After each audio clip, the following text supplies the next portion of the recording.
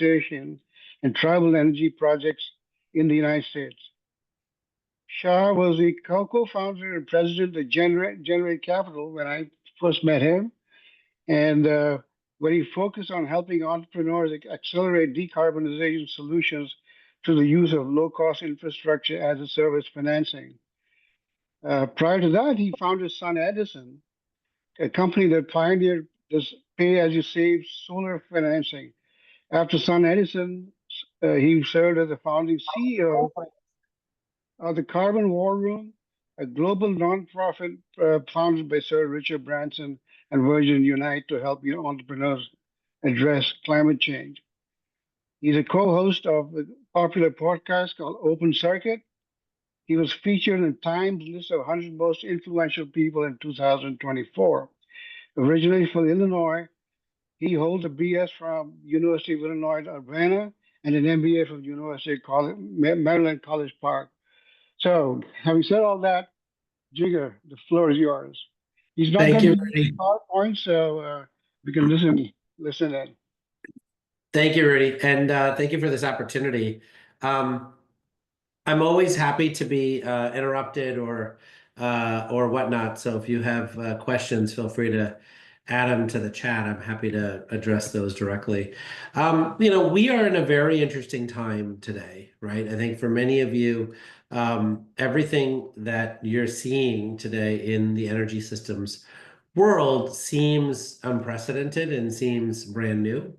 But for those of us who've been around for some time, let me maybe take you back to 2001 when, the state of California had an energy crisis, right? And that energy crisis was brought about by two pieces. One is a poorly designed deregulation structure, which then Enron and others took full advantage of. And two, there was actually a very large natural gas spike in the cost of natural gas at the time. And if you go back to that period of time, it was such a big issue that that the governor of California was recalled. And then that's how you got Arnold Schwarzenegger as the governor of the state of California. So when you think about just how important energy was in 2001 to, what at the time was probably the fifth or sixth largest economy in the world, it really sent shockwaves. And then for those of you who may be keeping score at home, that next year, we had a tree branch fall in Ohio that caused rolling blackouts across the entire East Coast, right? And so people were wondering what is going on with our energy system, right? That this is feeling very fragile, right? That one tree branch in Ohio would shut down the eastern seaboard's electricity all the way to New York City, right?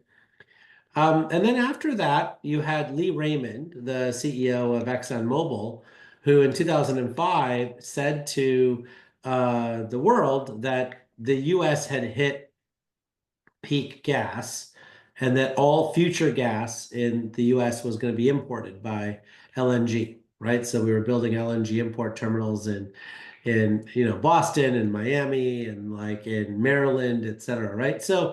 So when you think about why we have the renewable portfolio standards and things like that we have today, it's not because anyone cared about clean energy, right? And that's the thing that people don't understand. The reason why we have these renewable portfolio standards is because people wanted diversification away from gas, right? From the 2001 to 2007 timeframe, most utility CEOs who were fired or lost their jobs because of their natural gas exposure, right? That when natural gas prices went up and they were too addicted to natural gas, their rates had gone up so much in their utility territory that many of them lost their jobs, right? So it's important to realize why we're at the place that we're at today and not, and I think for a lot of people believed that a lot of these policies were put in place because of climate, when in fact, the vast majority of these policies, including in Texas, where they mandated wind power and some other stuff, was put in place because they wanted diversification, right? They thought that we were too dependent on coal and natural gas. And so as we move forward, of course, I think everyone knows the story, right? Costs came down, and availability of finance went up, and the smartest people in the United States and around the world decided to move their careers and work in the clean energy industry. And that resulted in roughly 90% of all grid connections in the entire world last year were for clean energy projects. That includes in Namibia, South Africa, India, China, etc., 90%. Separately, we had historic growth in electricity sales last year, and 80% of all of that growth was met with clean energy, right? And so today we are arguably dominant energy, right? So when you think about the fact that 91% or 93% of everything that gets added to the grid in the United States this year is expected to be clean, either batteries or solar or wind, maybe a little bit of geothermal, not nuclear this year, but maybe in the future. That is what is happening. That is where capital is moving. That is the technologies that are in the interconnection queue. That is the stuff that's there, right? Now, remember, the way that our electricity grid works is that you generate huge amounts of power at central station power plants. You then transmit that power using transmission lines to distribution transformers, and then those distribution transformers then, are connected to a distribution grid, and then you provide power to people. So today, we are in an unprecedented era of load growth. And so it's not just data centers, although people like to talk about them all the time. But, we had 300,000 new electric vehicles that were purchased last quarter. Each one of those electric vehicles, depending on whether you have a level 1 or level 2 charger, adds as much electricity to your electricity bill probably as the rest of your house, right? And so when you think about what that means for distribution grids, it means that if everyone plugs it in at the same time, it can really blow the distribution transformer. And so as a result, many electric utilities have upgraded those distribution transformers and those distribution circuits to be able to handle all that load growth. And the same thing is true for manufacturing, right? I mean, we've had a renaissance of manufacturing the last 4 years. There's been a lot of increased load due to people adding a new line or doing something else on the manufacturing side. And so those have also caused a lot of load growth. Now, what's happened is that while that load growth has occurred, the utilization of those assets have gone down, right? Because we've upgraded the circuits so that it can meet the super peak, but 50, 60, 70% of the capacity is unused or underused the rest of the time, right? The rest of the time, people are not at peak, right? They're at some other number less than peak.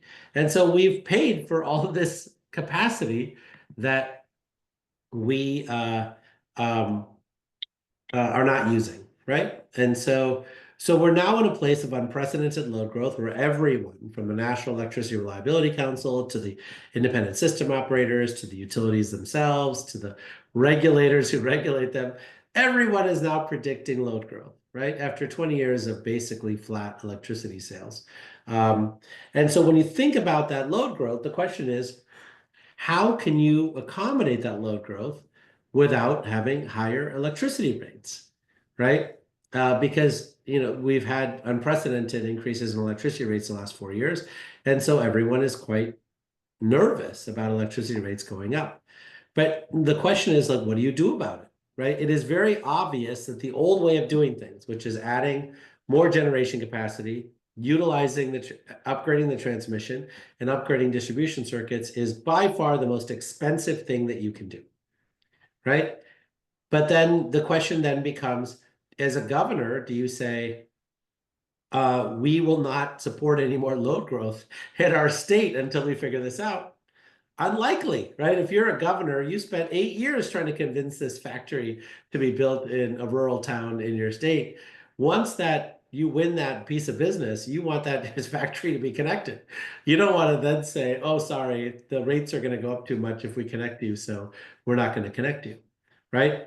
So now you're faced with this unprecedented thing where the electric utility companies have a sense where They have a preferred way of doing things, right? A way that they know has worked in the past, a way that they're comfortable with.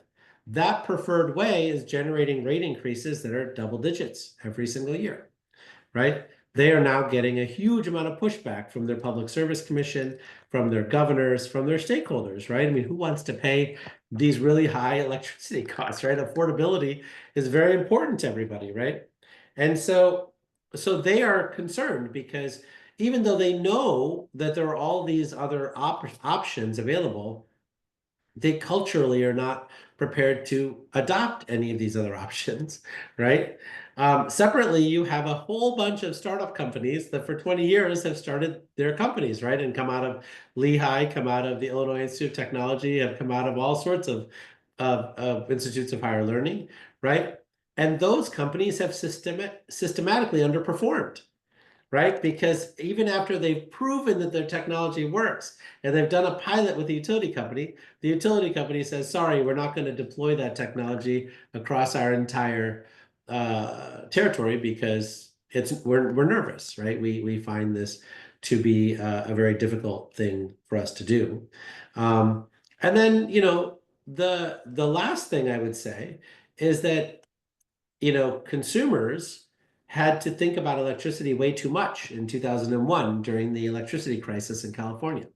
And then news organizations, worked really hard to amplify that story. And, what you think about today is that, you know, consumers don't want to think about their energy bills. They view it as a tax. The utility company sends them a bill. They have to pay it. They don't like paying the tax, but they have no choice. And so they pay it, right? But today, everyone has been forced to become an expert in energy again, right? AI load growth is dependent upon energy, right? Like US economic development is dependent on access to sufficient energy, right? There's all these people who want you to buy heat pumps. There's all these people who want you to put a battery in your garage. 15% of American single family homes now in the country have backup generators, right? They bought a $1,500 gas-powered generator from Home Depot. They bought a, natural gas-powered generator from Generac or a diesel generator, et cetera, right? There's a huge unprecedented amount of money. For people to pay out of their pocket for a backup generator means that they are so disgusted with the quality of the service that they're getting from their electric utility that they have decided to spend money out of their own pocket, which they should not be required to do, to actually, protect their family, protect their livelihood, protect their economics, right? And so this is the world that we end up in today, right? The other things that are going on, as you may know, is that, coal plants have become more and more expensive to run, right? It used to be the cheapest way to run something, but I think there was a decision made for a long time ago that the pollution from coal plants, like NOx, SOx, heavy metals, et cetera, needed to be scrubbed, right? And so a lot of these coal plants have added scrubbers, they've added other things. And as a result, coal plants are some of the most expensive power that we generate in the United States, probably closer to 9 cents per kilowatt hour. But we have executive orders forcing them to stay open. So there are people dealing with that. On the natural gas side, there's a lot of people who think we can just build a lot of natural gas plants, but they forgot the fact that most of the natural gas infrastructure is not large enough in our country to run those natural gas plants. So you have to upgrade a lot of pipelines to make sure that you can bring enough natural gas to those gas plants. And on top of that, GE, Siemens, and Mitsubishi have decided that natural gas plants are unlikely to be a very large growth area for them. So they refuse to build new natural gas plant manufacturing facilities, right? And so, GE has a facility in South Carolina. They're debottlenecking that facility, but they've said very publicly that they refuse to build a new natural gas manufacturing facility because they believe that this boom will be short-lived. So as a result, you have to wait until 2031 today if you want to buy a new natural gas plant and interconnect it to the grid because you can't get that natural gas in the supply chain. So all of this is to say that we are in a unique moment in time where those of you who are taking an ESE course, thought that you were doing something that your parents and your, friends had no interest in discussing with you, right? But weirdly, it is the most important topic that everyone wants to talk about these days. That without sufficient energy, right, without energy abundance, then we are unlikely to be able to unlock all of these extraordinary innovations that we have invented here in our country, particularly around AI load growth, but also around, heat pumps and EVs and new manufacturing facilities and all these other things. And so we're faced with a really difficult challenge, and one in which you're seeing extraordinary amounts of innovation start to emerge. So a few examples there. One of the independent system operators is called MISO, the Midwest Independent System Operator, and it covers parts of Illinois, but also parts of Indiana, and then a lot of states to the west. And the Midwest Independent System Operator has always been the slowest to adopt new technology. For them, they want to run it mostly on coal. They've been forced to integrate some wind power, but in general, they have been very reluctant to move quickly. So when the Federal Energy Regulatory Commission passed a regulation called FERC Order 2222, which mandated that batteries and distributed energy resources be respected on the wholesale market, MISO said, we are going to take a full 10 years to implement your order because we are that slow, right? Now, weirdly, I mean, MISO is in the biggest trouble, right? So as many people know in the state of Illinois, MISO has had real problems with maintaining grid stability because they have had coal plants that have had to shut down prematurely. And so as a result, MISO has been forced to take on load flexibility and demand flexibility. They've been forced to other things. Recently, there's a company called Pearl Street that they hired to do their interconnection studies. Pearl Street was using an AI platform and was able to complete the interconnection studies in 5 days instead of with 20,000 hours of engineering time with GE and Siemens. And their accuracy was roughly the same as GE and Siemens. And so MISO has now mandated that all interconnection studies go through Pearl Street. So they are now the leading adoption of innovation in the country because they want to stave off rolling blackouts. And Pearl Street was just acquired by EnerSys and provided one of the top exits in the country, right? You're seeing the same thing is true with SPP, which is the independent system operator just to the south of MISO in the eastern part of Texas, as well as Louisiana and Arkansas and places like that. And they have said that their reserve margins are so low that they will reach probably 4% this summer, and that they are going to fully adopt demand flexibility in order to stave off rolling blackouts this summer in SPP's territory.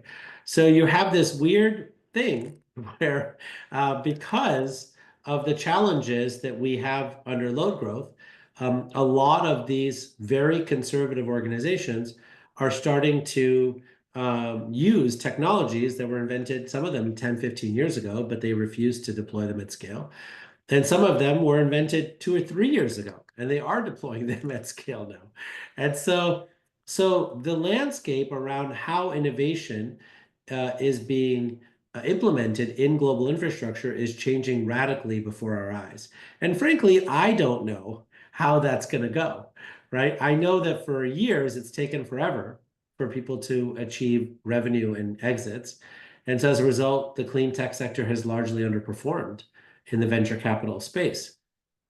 But today, you see such an emergency situation across the 50 states that there are many people thinking that this time will be different. So we'll see. And one of the places that you saw that was last week when Zach Dell from Base Power raised $200 million, not from traditional climate PCs for his battery company, but from Andreessen Horowitz and some of the more traditional tech investors, because they see this as a potential way of getting 10x returns. And so on the one side, I think I described the problems that we're faced with, which is an affordability challenge. On the other side, I think I'm talking about the innovation ecosystem and how we actually make sure that these entrepreneurs and these companies get the resources necessary to be able to survive long enough for the customers that they're working with to actually roll them out, right, nationwide, so that they can get the revenues and the exits that they need. And then the third pillar here is on workforce, right? And so when you think about where we are on the workforce side, our workforce is aging. The people who build our grid, the people who build distributed energy systems, the people who build the infrastructure necessary to meet the growth are all aging. And so a lot of what we're finding now is that we have shortages of workers, right? And so shortages of people that have degrees in the areas that we need, people who have a shortage of training in the trades, whether it's electricians or linemen or other things to do the work, right? And so now we're seeing that once we've determined that we actually do want to do something about it, and we want to actually deploy this technology at scale, we're now seeing that we have a shortage of people to do the work at scale.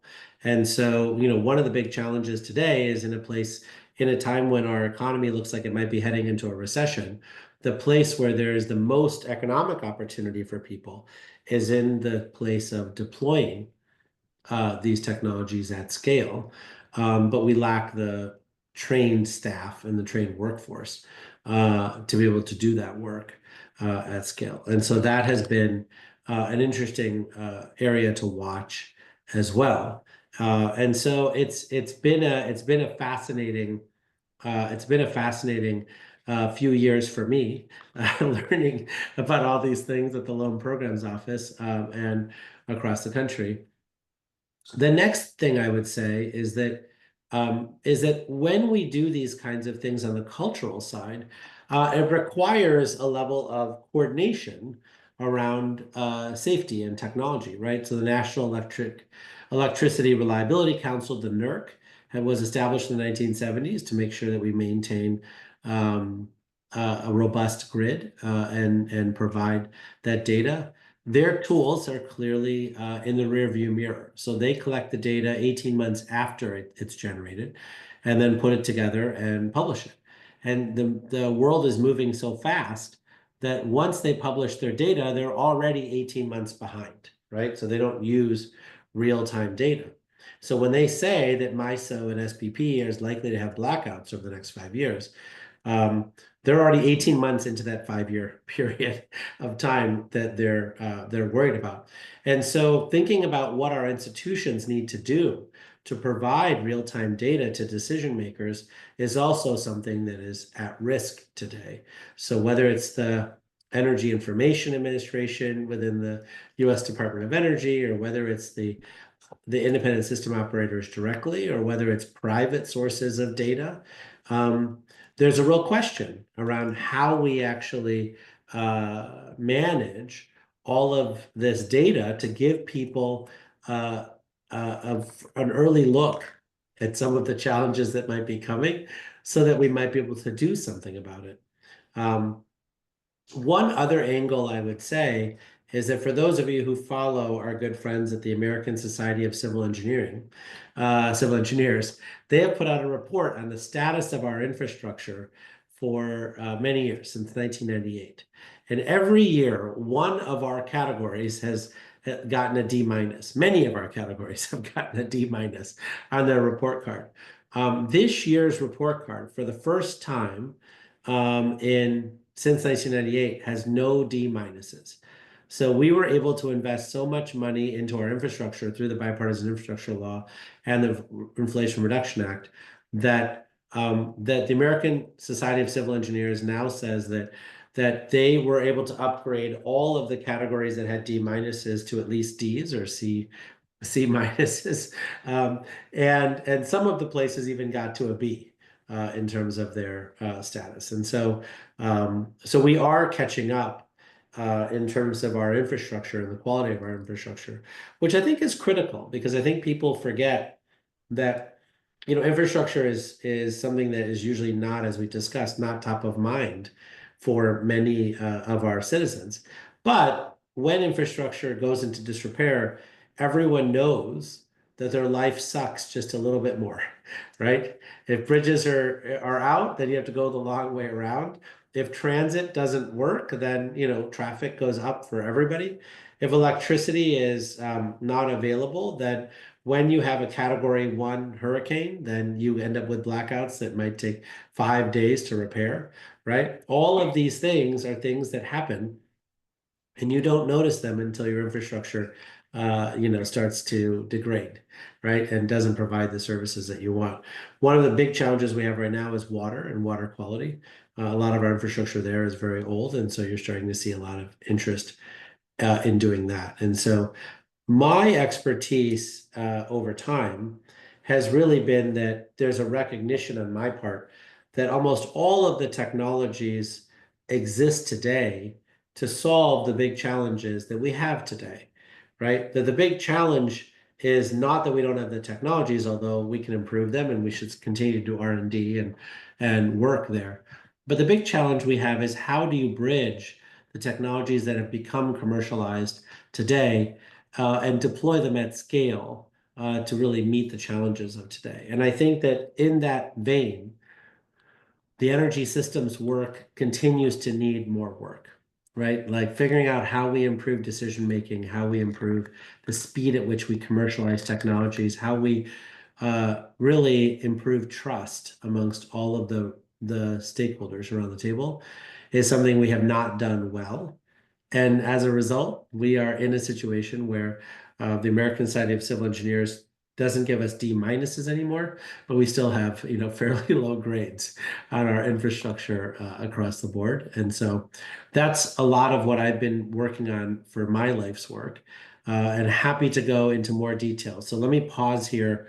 I'm happy to talk for the full hour, but also happy to see if anyone has any questions or thoughts for that first section. Questions for Jigar? Hi, I have a question. My name is Sure. El Shemari. I'm a student in ESE. Just only I have a question about the energy. Just only I heard in the news the Canadian they will cut the power. This one will be affect the how much power we get it, or it not affected, or needed to build more energy generation, and it will be affect the cost or not? Yeah, it's a good question. So, I mean, our friends in Canada have long had a surplus in electricity, right? Whether it's hydro or nuclear or other forms of electricity. And what you find is that trading, right, power in this case between regions ends up providing much lower risks and much lower costs for everybody.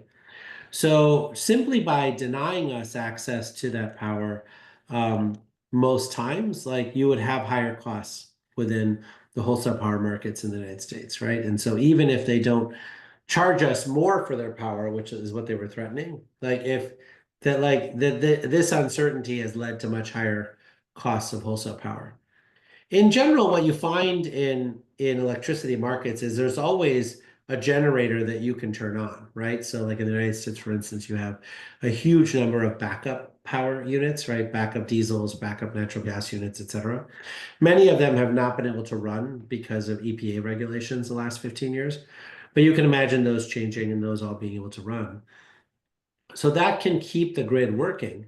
But the cost of a lot of those backup generators to run them can exceed 15, 20, 30 cents per kilowatt hour, right? And so when you have those kinds of costs, not only do those units cost 15, 20, 30 cents a kilowatt hour, every generator on the market when they run also gets paid that same 15, 20, 30 cents a kilowatt hour. So even the stuff that's at 6 cents a kilowatt hour gets paid 30 cents a kilowatt hour. So then that raises the prices for everybody. And so in general, like, having all these low cost resources freely available into our markets keeps our rates affordable. And if the Canadians are threatening to remove those from our markets, then it will mean that rates will go up for everybody. Thank you. Any other questions before Jigar Yes. moves on? Yeah, go ahead. Hi, Mr. Jigar Shah. It's an absolute honor to be here I've been meaning to talk to you for over a year now. My name is Hamza. It's a pleasure to be here. Just like you, I too graduated from the University of Illinois Urbana-Champaign in nuclear engineering, and I'm currently a master's student in ESE under Professor Rudy. My question to you is, now I've been listening to your podcast, the Open Circuit podcast, and all your other podcasts that you've been doing with other, podcast people. So you have often spoken about needing a business model innovation just as much as technology innovations, right? So in your view, what is the most underutilized financial structure or a market instrument that we should be exploring right now to accelerate deployment?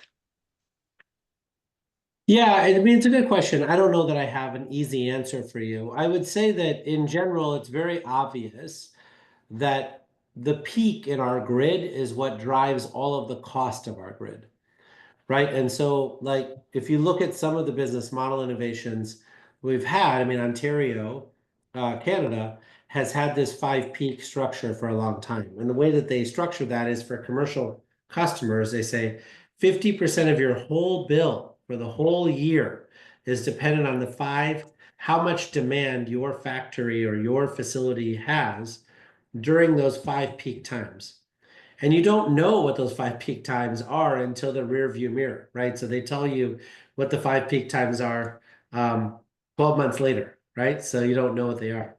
And so a lot of people have deployed batteries or they've deployed other demand flexibility tools in their facilities in Ontario to make sure that when they predict a peak might be happening today, they shed load, right? So they might have to shed load 50, 70, 90 times during the year or have batteries to do that. So there's less of an impact. And then, like then 12 months later, you figure out like, oh, did you meet the 5 peaks or not? Were you able to correctly judge whether the 5 peaks, were the 5 peaks? And were you able to shed load?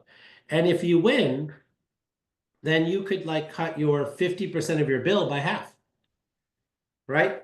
And if you lose, well, then you pay the whole thing, right? And so when you think about some of those business models and some of those concepts, these are things we have not really deployed in the United States. So what we've done in the United States is have these like super peaks. So like for instance, in California, they might say from, 3 to 6 p.m. we have a super peak, and therefore, like you pay a much higher demand charge during those times. But, it's a pretty inexact science, right? Because you have to file that tariff a year in advance, then you file it, then you tell people what the tariff is. It's not a dynamic pricing model. It's not real time. And so, it's by definition not as accurate. And so I think these are the types of business models that we might want to pursue. And you can see the same with electric vehicles. You can see the same with lots of things, right? People generally who have a garage and electric vehicle just plug in their vehicle at any time, right? When it doesn't make sense, right? Like most people who have electric vehicles, they plug in their car when they get home. It's plugged in for an average of 13 hours, right? Because they come home at 6 and then they don't unplug it until 7 in the morning. And during that 13 hours, it's charging no more than 3 hours of that 13 hours, right? So when it's charging, shouldn't matter. But a lot of people are charging at 6 p.m. during a peak instead of charging at 1 in the morning, right? Because of the business model, right? And so figuring out how we give people the right signals, I think is something that a lot of academics and researchers are going to have to figure out in order to keep electricity costs more affordable. Thank you, Mr. Jigar. I appreciate that. Thank you. Of course, of course. I saw there are more questions in the chat. Should I do those too, Rudy? Yeah. Okay. Question from Antonio. 2 questions, really. Can you recommend any text on the history of U.S. energy policy and market changes? And the second question is, how does the executive order on coal impact the MISO's current struggles with grid constraints? Yeah, it's a great question. And so on the text, I don't remember her book, but there's a book by Leah Stokes, who's a professor at UC Santa Barbara, on the history of, sort of electric market regulation. And so that's a really good book to read. And so I think it's called Short Circuiting Policy. Hmm. is the book. So I think that's a good one to read. There's another great book on what's it called? Like Superpower. It's like Russell Gold's book on Mike Skelly's journey to try to build new transmission in the United States. And so that is a very interesting book as well.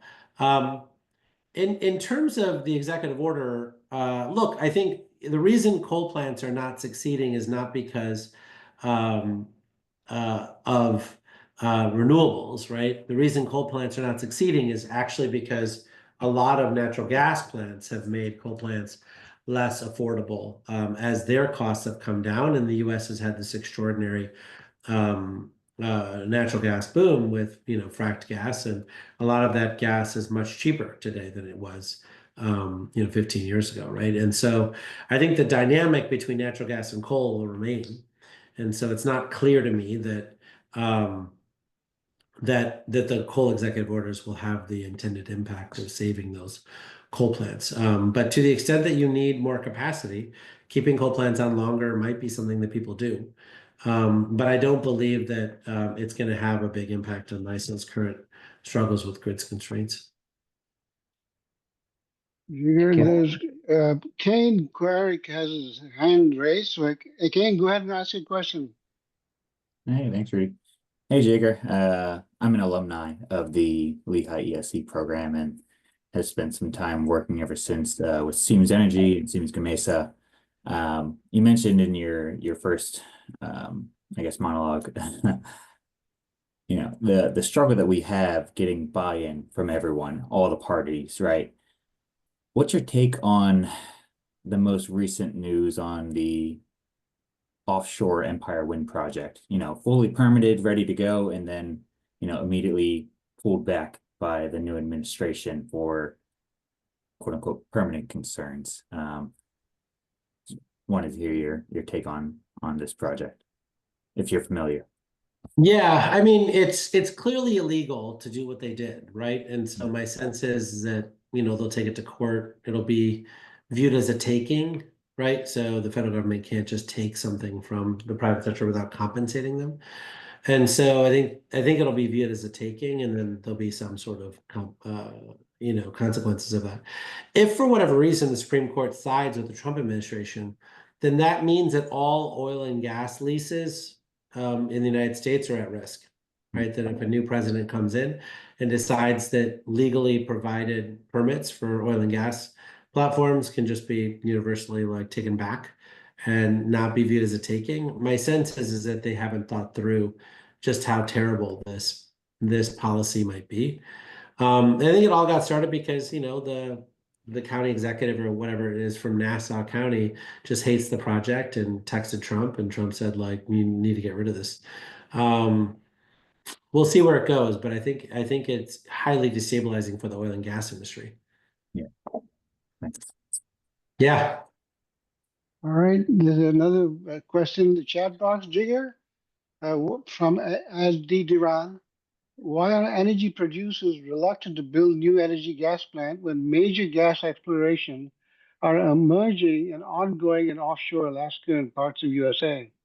Could this be attributed to political or economic growth uncertainty?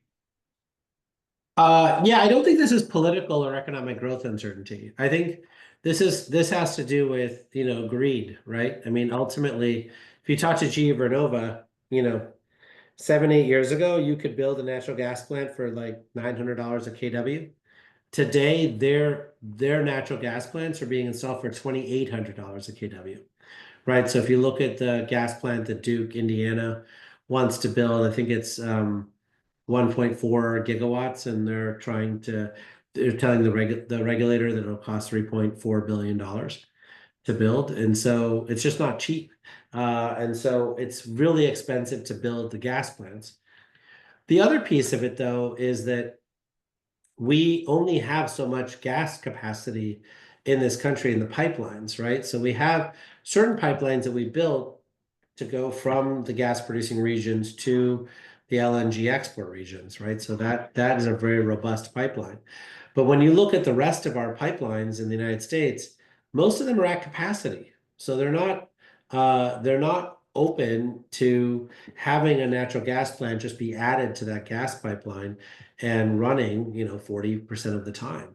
And so you would need to upgrade those natural gas lines to do that. And that's expensive. And it's time consuming. And so I would say that the reluctance comes from the fact that a lot of these gas plants really cannot be turned on until 2031 or so. And people are worried about, what the market's going to look like for gas in 2031. So the projects that you see moving forward are two types. One is one where you have a 10-year contract with a hyperscale data center company where they're guaranteeing the price regardless of where electricity demand is in the country at a fixed price for 10 years. Or you see electric utilities that are trying to rate base these gas plants.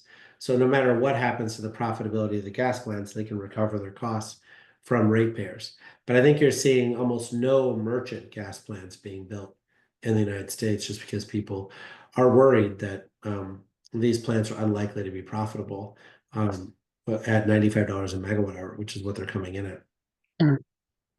Okay, the question from Livin, he's been trying to get my attention, but apparently can't raise his hands. Livin, go ahead. Ask your question. Hey, good afternoon, Jigar. This is Libin. So I had a question regarding the hydrogen plants. So if you look into the news, right, from last year up to last year, I think, I can see a steady progress happening in US when comparing to Europe. So in your perspective, how do you look into the future of hydrogen plants, especially in US? Would it be same like Europe, or the market will again decline based on the new administration changes? Yeah, it's a good question. I mean, hydrogen has always been sort of part of a hype cycle, right? So when George W. Bush decided that hydrogen was going to be his main focus in 2001, 2002, and then you saw a big hydrogen push out of Germany and Europe, and then again in 2010, and then again in 2017, and now today, right?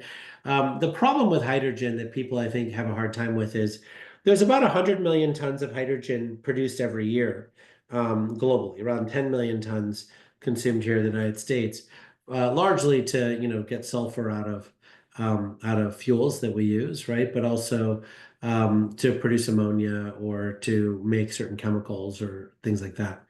I think there was some feeling on the part of folks that hydrogen would be used to decarbonize other sectors, right? Steel or cement or industrial decarbonization. I think those markets are now dead, like completely and utterly dead, right? The notion that you're going to use hydrogen to decarbonize additional sectors, I think everyone now realizes was always foolish and will never really be cost effective or profitable. So now the question becomes for existing sectors for hydrogen, right? Like ammonia production, can we decarbonize ammonia production profitably with hydrogen? I think there is a lot of work being done there. And so I think you see projects moving forward there, which I think has been fantastic to see. But I do think that today there is a great recognition that hydrogen is just really hard to handle, right? That hydrogen is a very small molecule, that you really can't use any of the natural gas supply chain companies to manage hydrogen. You would need an entirely different supply chain of companies to do that. And that Air Products, Air Liquide, and Praxair are actually quite bad at handling hydrogen, right? That their leak rates are actually quite high, and that you're seeing a lot of new companies coming to the fore to try to compete with them, right? And so my sense is that people were just being a little bit overly enthusiastic about hydrogen's potential in 2021. And now I think people have become far more sober around how difficult it is to produce hydrogen, handle hydrogen, make money off of hydrogen. And so I think you'll see hydrogen become a niche solution once more. Would you consider that for power gen as well, like co-firing? Oh, it's dead. It's always been dead for power gen. Like the notion that it was even on the table for power gen was a joke. Like the fact that Mitsubishi would go to their customers and test, whether their natural gas turbines could run hydrogen. Just to give you a sense for the numbers, in order for a natural gas plant to be remotely profitable, like burning hydrogen, you would need to deliver that hydrogen at 35 cents a million BTU, or a kilogram, sorry, in hydrogen terms. The cost of making clean hydrogen is probably, at best, even with the 45V tax credit, et cetera, $2 a kilogram. That's how far off you are of like burning hydrogen in a natural gas plant. So the only reason you would burn hydrogen in a natural gas plant is if you were at, $5,000 a megawatt hour prices in Texas, and you really needed to do it or whatever in an emergency situation. You would never do it on a real-time basis. So that's why all of those hype bubbles have now completely burst. So there's a long question in this chat box from Robin Payon from Montana. Instead of me reading it, Robin, why don't you unmute yourself and ask a question? I think they're wonderful questions. Oh, thank you. Hi, Jigar. Hi, Robin. I've been listening to your podcast for years. I'm so glad you're back with Open Circuit. Thanks. Yeah, okay. So, yeah, I live in Montana where the coal industry is very important to our members of Congress.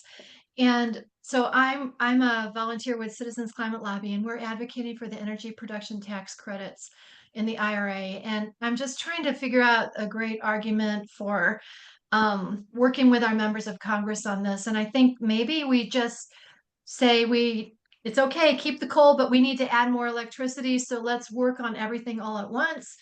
Let's tap into our amazing wind energy potential. We have sun energy potential. We have geothermal. Start working on everything all at once, and these tax credits can help that. What do you think? Yeah, I mean, look, I think that the conversation today is moving away from climate, right? And it's moving towards a argument which is around a three-headed monster, right? Which is pollution. I think people still care about all the pollution that comes out of coal burning.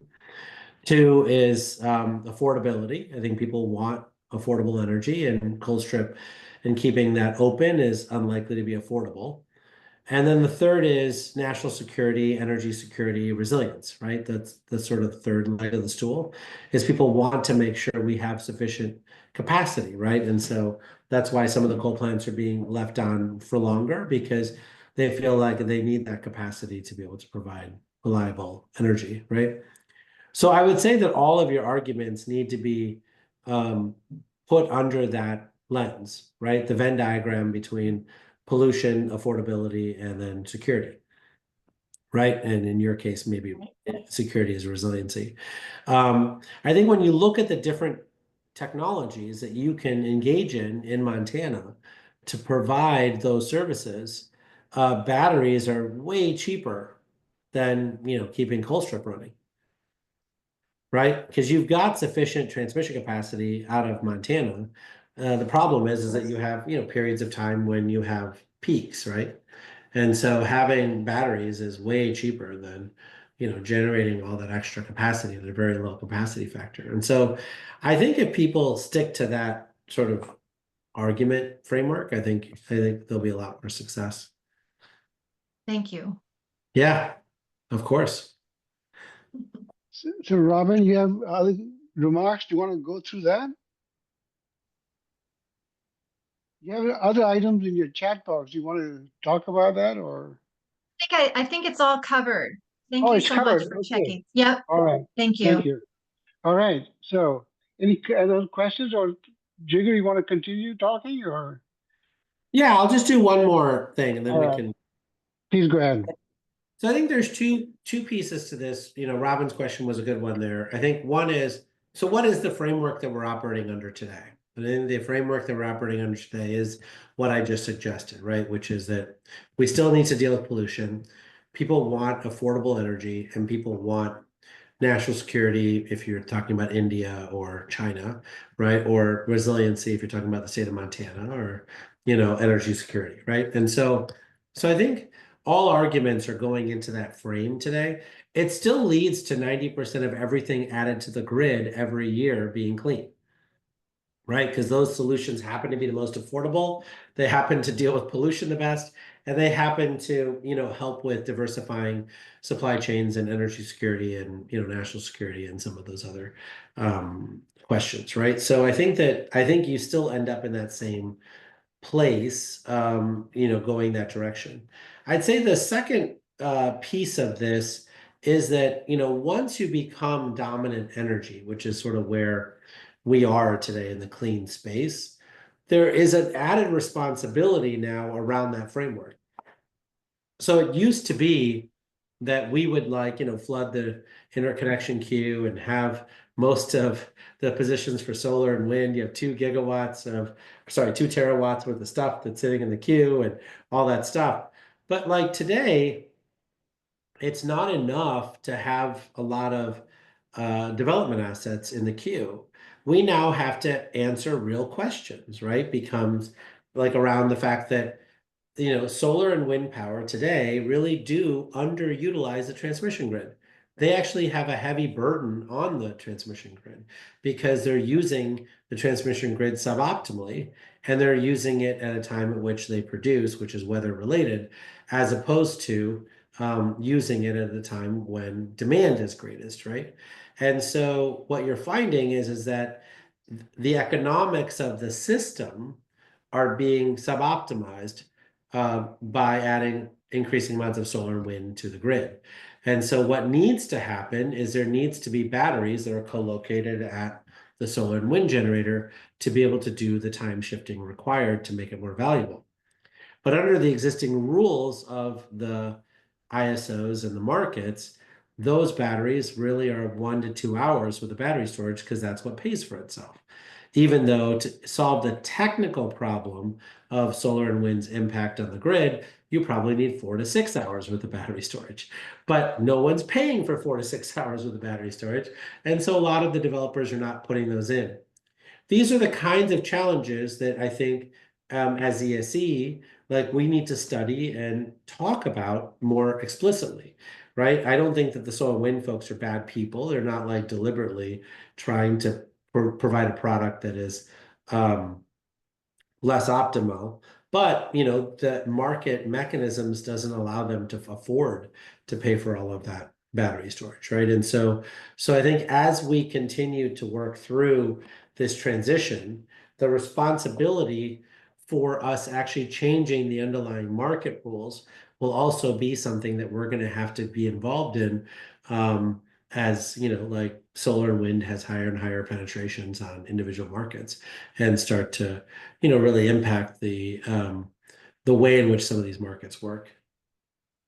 You hear Olumide has his hand raised. Yeah. Please go ahead with your question, Olumide. Okay, all right. Thank you very much. Can you please confirm you can hear me? Yes. Absolutely. Very wonderful. Thank you for the session and for the insight you shared throughout. I'm a Nigerian and I abundantly work in the space of climate finance. That's actually my interest and all. So I'm looking at all of this from the angle of financing, basically climate financing, especially for the whole works around trying to save Earth. So US is trying to rally or go back to using coal abundantly, right? Which we know that somehow have or has a much impact on depleting the ecosystem and all. So are we not supposed to begin to actually have conversation around increasing climate financing, basically? Before now, we know that we are raising towards 1.5 degrees Celsius, and in a couple of years from now, and there's actually analysis and what's it called now, evaluations that has gone into that to kind of cap the amount that needs to be annually deployed into climate financing. So with all of these things that US is trying to do and major other economies trying to do, are we supposed to begin to think about or talk about increasing that pool of money that will be allocated annually, and if we are beginning to talk about that, does it really worth it? Is it really worth US venturing into going into coal more than other sources of energy, other renewable sources of energy? Yeah, thank you very much. Yeah, no, it's a good question. I think firsthand that Nigeria's entire economy really runs on diesel. And so the cost of diesel continues to be high. And so I think this goes back to the conversation that we had before around business model innovation, right? The question becomes, like, what is it culturally about the Nigerian business marketplace that holds back people from doing things that are more economic, right? You just saw the crisis in Pakistan led to 22,000 megawatts of solar being added in 2 years that no one noticed until after it got deployed. And so the costs are actually in the favor of clean energy solutions. The culture is against that conclusion. And I think the question is, how do we resolve those two things, right? Do we need the diesel importers in Nigeria to make money off of the deployment of solar?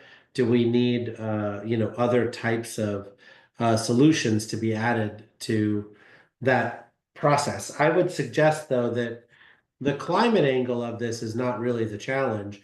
I think the challenge here is that, when I talk to government officials in places around the world, their point to me is that solar and wind have so much capex, and capex is being watched carefully, right? So it's very difficult for people to make a lot of money off the capex, and so they make more money on operating costs.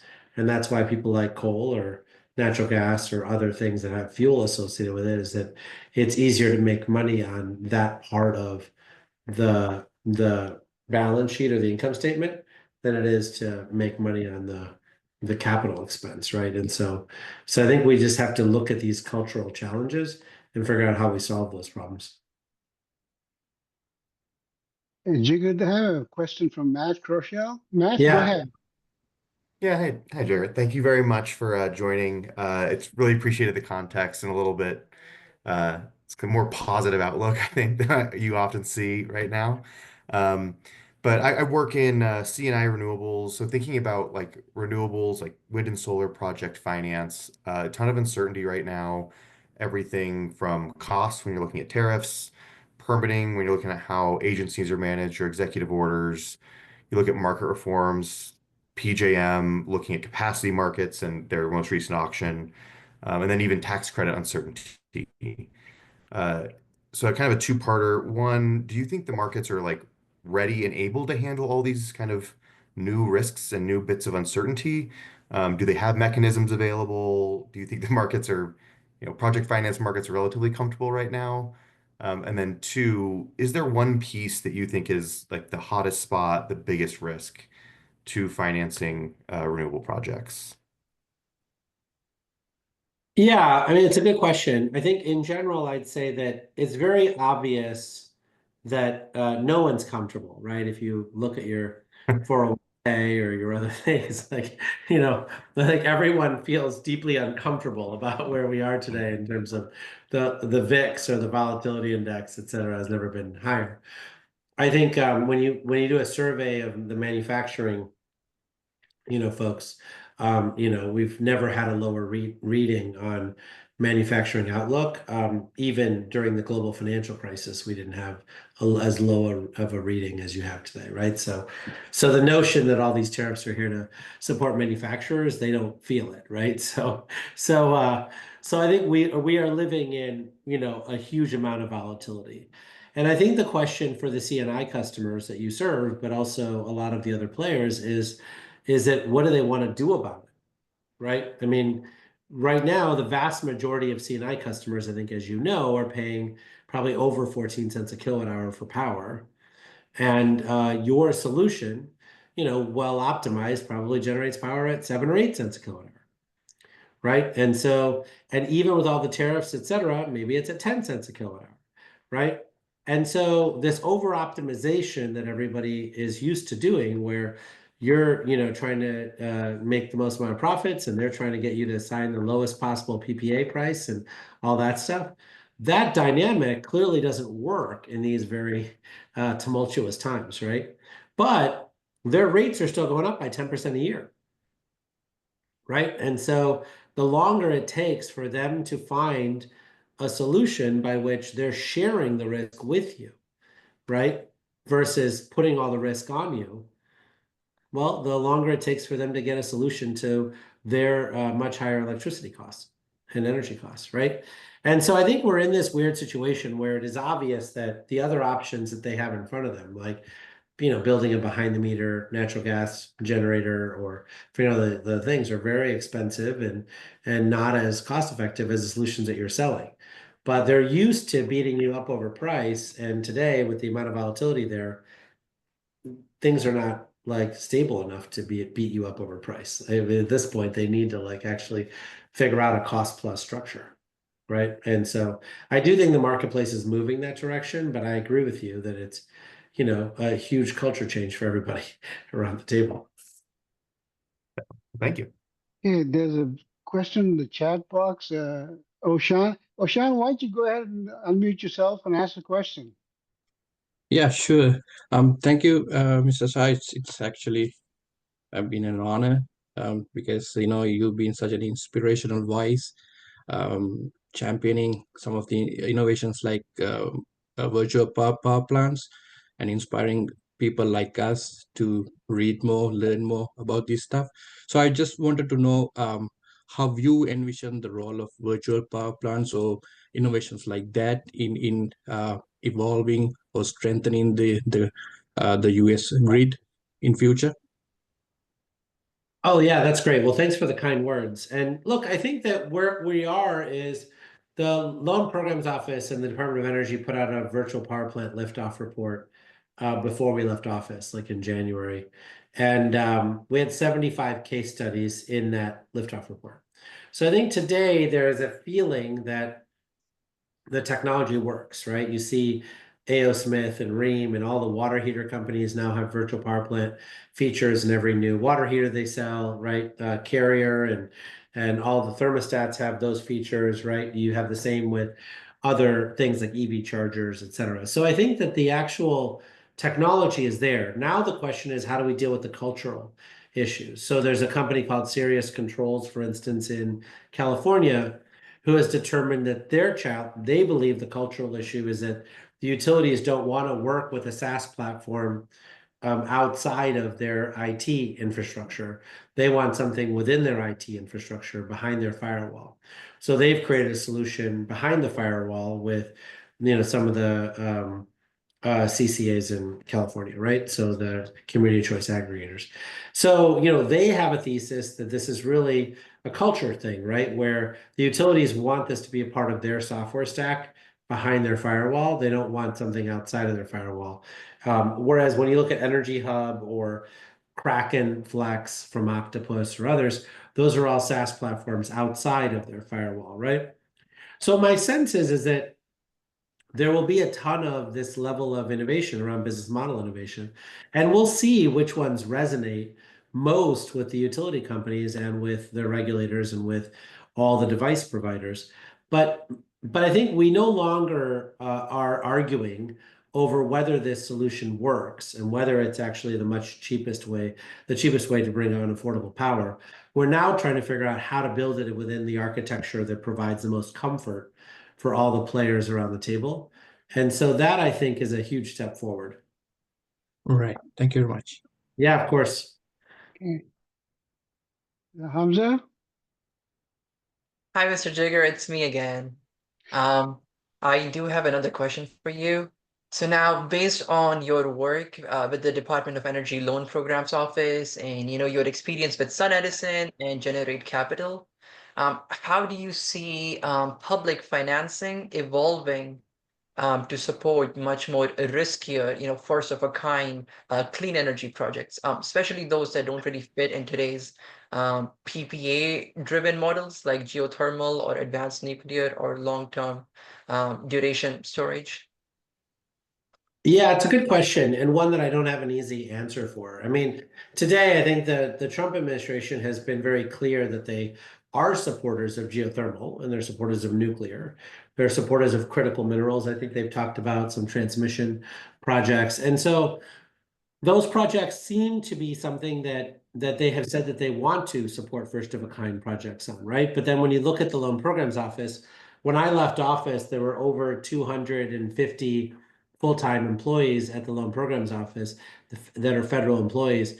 Today, that number is probably 90, right? So there's been a lot of people who've left. And so we'll see if they have the capacity to do all of the first of a kind loans that, you know, people want to have, right? So I would suggest over this next 4 years at least, you're going to see a lot more scaling up of technologies that do fit the framework that we discussed, and a lot less enthusiasm for first of a kind deployments here in the United States. Now, some of those technologies, of course, won't accept no for an answer. And so some of them, I think, will go to the UK or go to the EU or Australia or other countries to try to scale up their technology there. But I think that the US is unlikely to be a good partner on the first of a kind deployment over the next 4 years. Thank you, Mr. Jigar. I appreciate that. Thank you. Yeah, no worries. Any more? Do you want to continue, Jigar? I think Spencer's got a question. Oh, I'm sorry. I did see you. Spencer, go ahead. Spencer, I'm an undergraduate Sorry student about that. studying economics and physics, no problem. In one of our classes, we have this ongoing debate about whether free markets are enough to make energy more reliable and affordable. So do you think that if we deregulated utilities, that would be enough to decrease costs, or do you think like incentives like government loans and subsidies are necessary for so? Yeah, it's a good question, and I think it's probably the wrong framing. So I think that, like, if your question is really around free markets, I think the question is really more around fully regulated utilities like Southern Company in Georgia versus fully deregulated models like Texas, right? And so I think the question really is like, do you get more innovation in Texas or do you get more innovation in Georgia? Clearly, you get more innovation in Texas because people feel like there's a path to participating in the market without getting permission from everybody. But there are certain ideas that don't really work in Texas, right? Because you're not sure who's supposed to take the risk. Like if you want to build new nuclear in Texas, I don't know how you would do it exactly, right? So the state of Texas is thinking about backing new nuclear project, right, with bonds or whatever. But there's no natural group in the state of Texas that would provide the credit support to build a new nuclear plant in Texas, right? Whereas in Georgia Power's case, Vogtle nuclear plant may have been over budget, but they were able to use their balance sheet to get it completed. And now you've got 2 new nuclear plants that are operating there, right? And so I think that's the real question. Whether you have federal loans or tax credits has nothing to do with that question, right? Like the federal loans and tax credits are simply a way to make things more affordable or less affordable, right? But if you removed all government subsidies from the energy sector, the structure of free markets continues to be the real question around, like there is no right answer to your question. There's certainly lots of people who believe that deregulated markets are the answer and allow for more innovation. And, when you look at Georgia Power, they're not a free market. There's a lot of people, though, that like the fact that they can sell Georgia Power a certain solution. If Georgia Power agrees with it, then they have the full set of tools by which to commercialize that technology without, getting credit support from project finance providers, right? Because they can just approve it and they can just rate base it. Whereas you can't do that in Texas, right? So I think different technologies will be benefited by different structures. But the federal subsidies are not critical here, right? The federal subsidies make that transition more expensive or less expensive based on whether it's there, right? And even that, I think, is under some argument. Like some people believe if you get rid of them all, everything would get a little cheaper and easier. So does that answer your question? Yeah, thank you. Thank you so much. Of course. Do you want to continue, Jigar, or questions? Yeah, I just probably have a couple of concluding remarks, and then I probably have to sign off. But Okay. but it was a real pleasure to be here. What I would say is in this moment,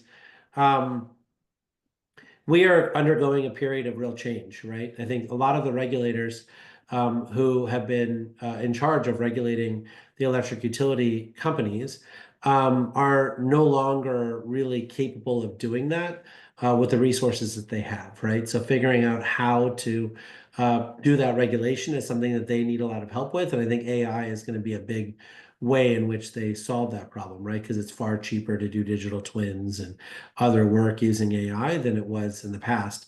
I think for a lot of the utility companies, I think they are now faced with an existential crisis because for a long time, they thought that raising rates was the right way to, reward shareholders. Today, I think they've lost the confidence of their shareholders. They've lost the confidence of the regulators. They've lost the confidence of their customers.